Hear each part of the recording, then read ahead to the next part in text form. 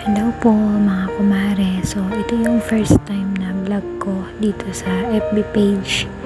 Ginawa ko tong FB page na to para mag-vlog ulit. Dati na po akong vlogger sa YouTube channel ko pero dinilit ko na po siya. So, yung nakashort na yun yung amo kong lalaki.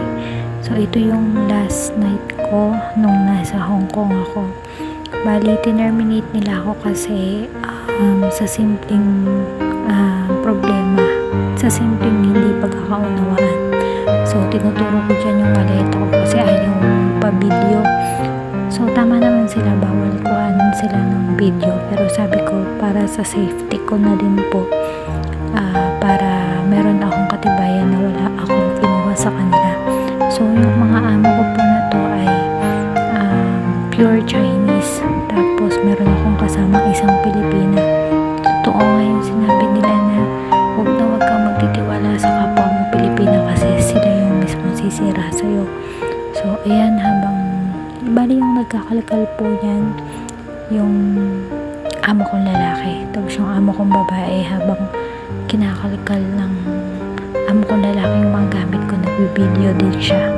Tapos nung time na yan, habang busy siya sa halungkat ng mga gamit ko, tumawag po ako ng pulis kasi ayaw nila akong bigyan ng plane ticket at ayaw bayaran yung termination ko.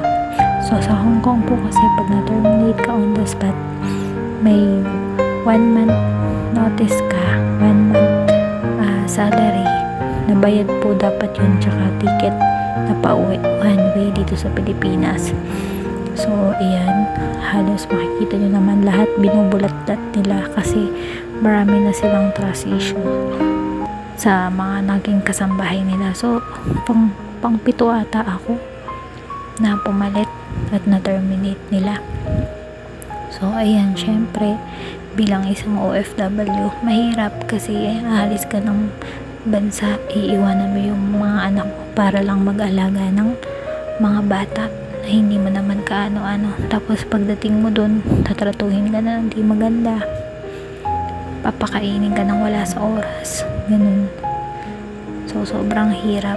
Kaya sa mga kapwa ko OFW, saludo po ako sa mga OFW na nagtatagal at nagtitiis sa mga amo nila para lang sa mga naiwan nilang pamilya dito sa Pilipinas. So, yan, patuloy pa rin yung paghahalongkat ng amo kong lalaki. Hindi ko alam kung anong hinahanap niya, basta to make sure lang daw na wala akong dinala. So, ayan, kalkal pa din siya. So, bali, siguro mga kumare, payo ko lang, pagka ganitong nata-terminate ka, yung pupuntahan mong bansa, dapat meron kang kakilala or kamag-anak. So, merong tumulong sa akin din dahil on the spot terminate nga po ako. Gabi po yan, siguro mga around 9. Yun, tinawagan ko yung kamag-anak ko. So, sila yung sumagip sa akin, nila ako sa shelter.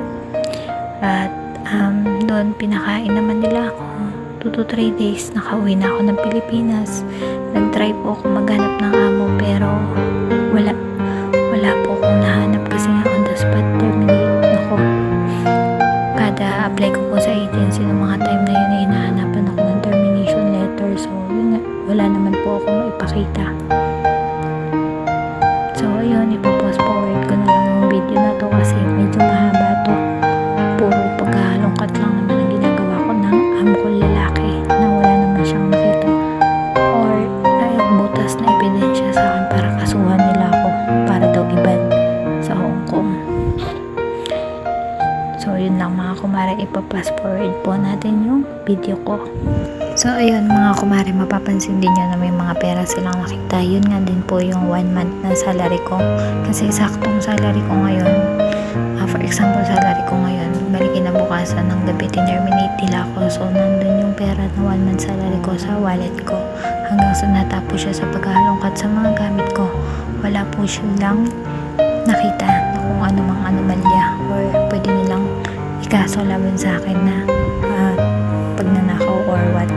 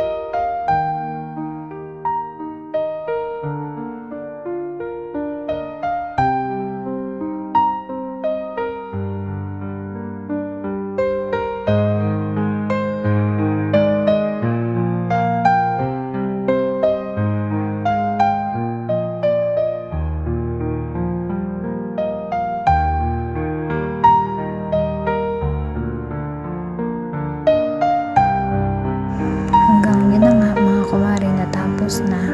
Wala nga po silang nakikita nyo naman pati mga underwear ko, mga personal things ko talagang wala, ganyan lang, sinabog-sabog lang nila hanggang sa tapos ito na yung day na pauwi na ako ng Pilipinas, nagbabalik na ako sa aking pamilya, sa mga anak ko tsaka sa asawa ko. So yun na nga yung nangyari, wala. So habang nagbibiyahe ako dyan kasi nakabas ako papuntang airport, medyo nagigilid-gilid pa yung luha ko kasi yun nga, hindi natupad yung mga pangarap ko para sa mga anak ko. So yun, sobrang hirap kasi nga nakipagsapalaran ka tapos napunta ka sa amo na hindi naman karapat dapat para sa'yo, yung ginawa mo lahat ng best mo pero wala pa din. So ayan po yung view ng Hong Kong. Papunta na po ako ng airport niyan, mga kumare. Ayan, pagpasensyahan nyo na yung boses ko kasi medyo nanginginig-ginig pa ako kasi nga first time ko mag-vlog na may voice over. At pasensya na rin po sa boses ko. So yun lang, laban lang. Kahit gaano kahirap ang buhay, laban lang para sa pamilya. So ngayon, andito na ako sa Pilipinas, nakikipagsapalaran at merong maliit na sari-sari store. So dito ko itatry na maghanap buhay kahit konti lang kinikita, at least kasama yung pamilya tsaka yung mga anak.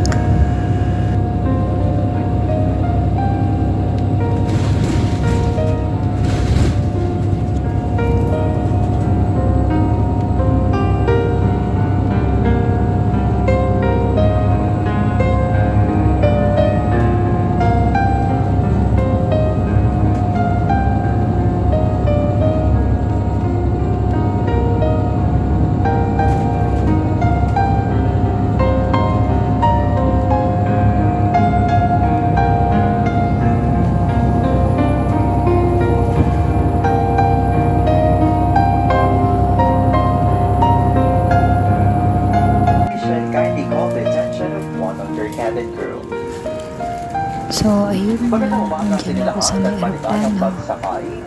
So, sana yung vlog ko at kahit papano may matutunan kayo bilang isang OFW na nangarap na bigyang buhay na maganda yung mga anak, pero sa kasamaang palad nasawi tayo kasi na-terminate tayo. So, laban pa rin. Thank you pa rin kay Lord kasi nakauwi ako ng maayos.